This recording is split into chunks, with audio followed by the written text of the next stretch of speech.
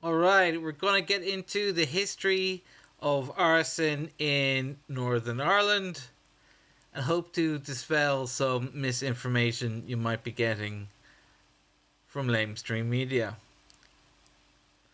So, if you ever listen to Irish music, we have a long history of being oppressed by various kinds of people.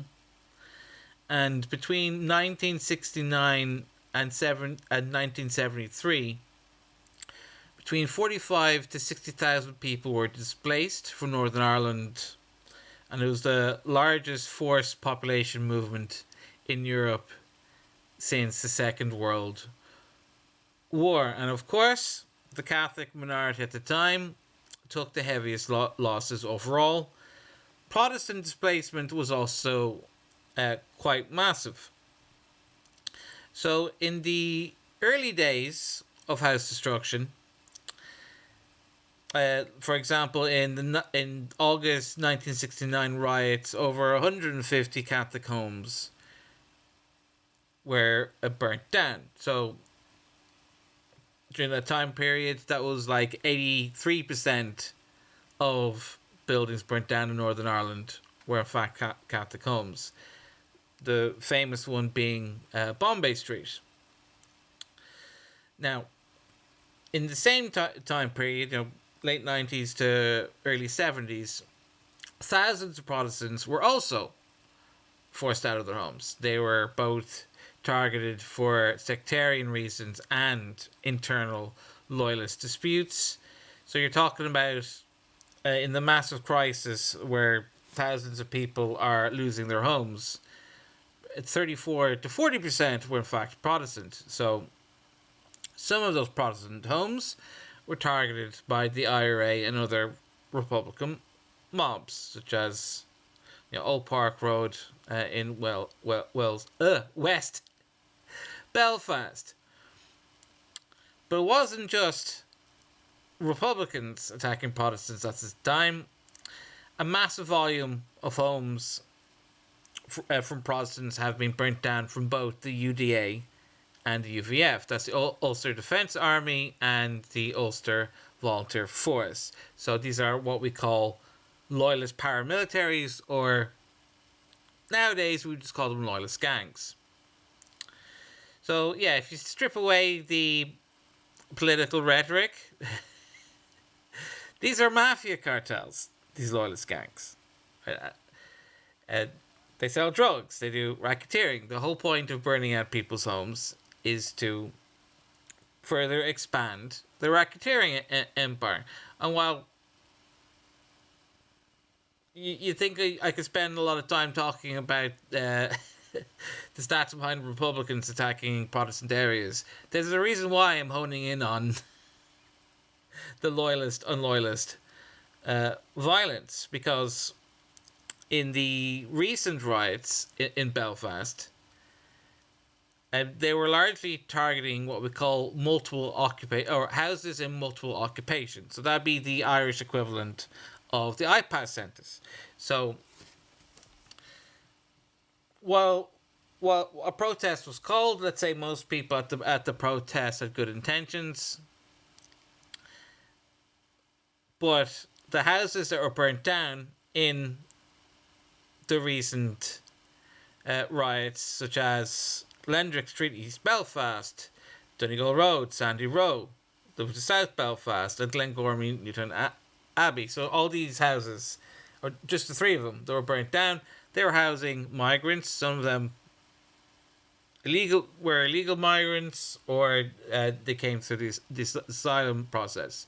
So the media falsely reports this as attacking black and brown people. Sure, maybe most of them are black and brown. That's not information I have, and that's not really something that people talk about.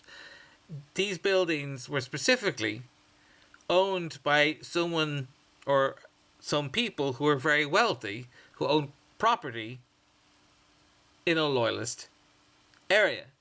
Okay, so this means that either A, they were paying a tax to the UDA, because you'd have to run business there, or B, they stopped paying their taxes to the UDA, or they refused to.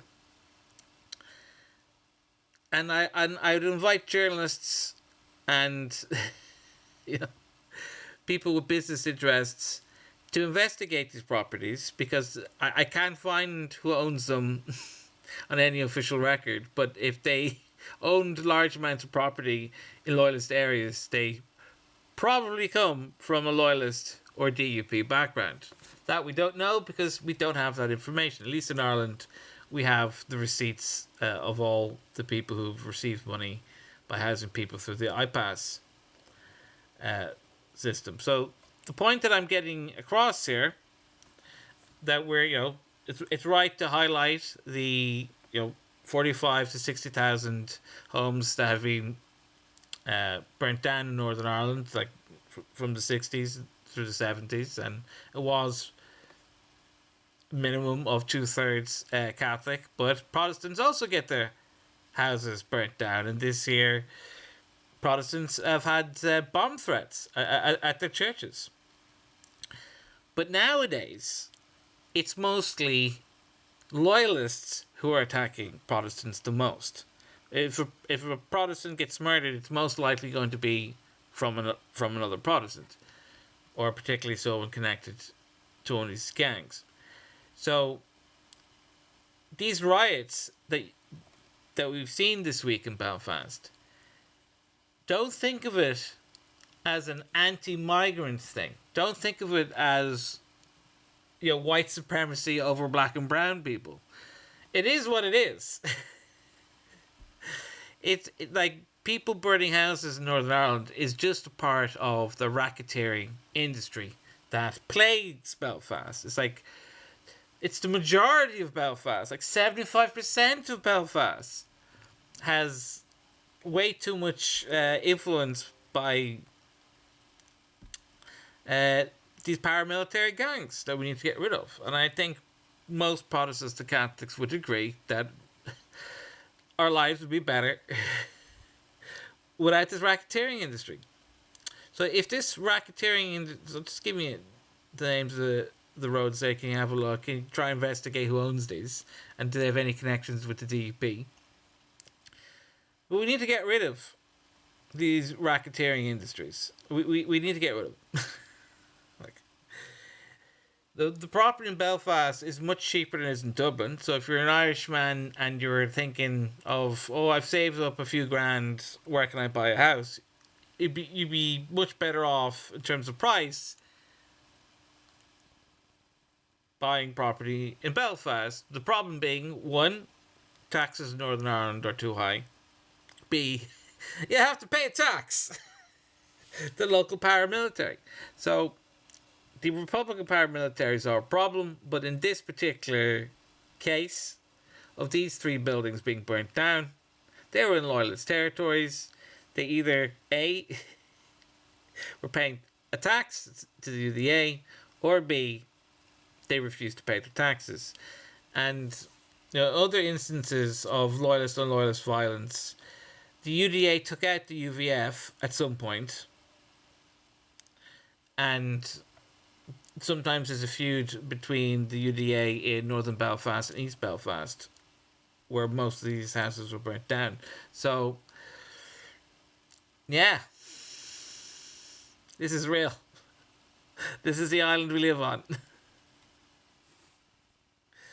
So I find it really suspicious why no one in the Irish media has picked up on this. Here's the addresses. Go find their business contacts. Go find their political contacts. And that'll tell you what really happened during the recent Belfast riots. It was just a racketeering scam. Now, I support anyone ordinary Protestant Catholics who want to protest against the government regarding immigration control or whatever you want, basically. But, yeah. Don't be tricked. Don't be tricked in doing something silly, like burn down a bus, then get arrested. And what has happened is that the property owners had their home burnt down. First of all, they get money from the government. Then the UK government gives £50 million to the loyalist paramilitaries for some reason. And then when they burned down the HMOs, the housing for uh, multiple occupants, they no longer have to fulfill their contract. And you quite often in the UK, when there's a lot of rioting, there's often like a repairing grant, so they could even get a further grant to upgrade these homes. And of course, the loyalist paramilitaries just wanted to be those loyal to the loyalists. So there's the history of arson in Northern Ireland. Tens of thousands of Catholics lost their homes. Thousands of Protestants also lost their homes. And currently, both Protestants and Catholics are being targeted by these racketeering gangs, and really need to get the Irish media to start looking into this. I don't see much factual information about Northern Ireland on RT. Aaron Gabra,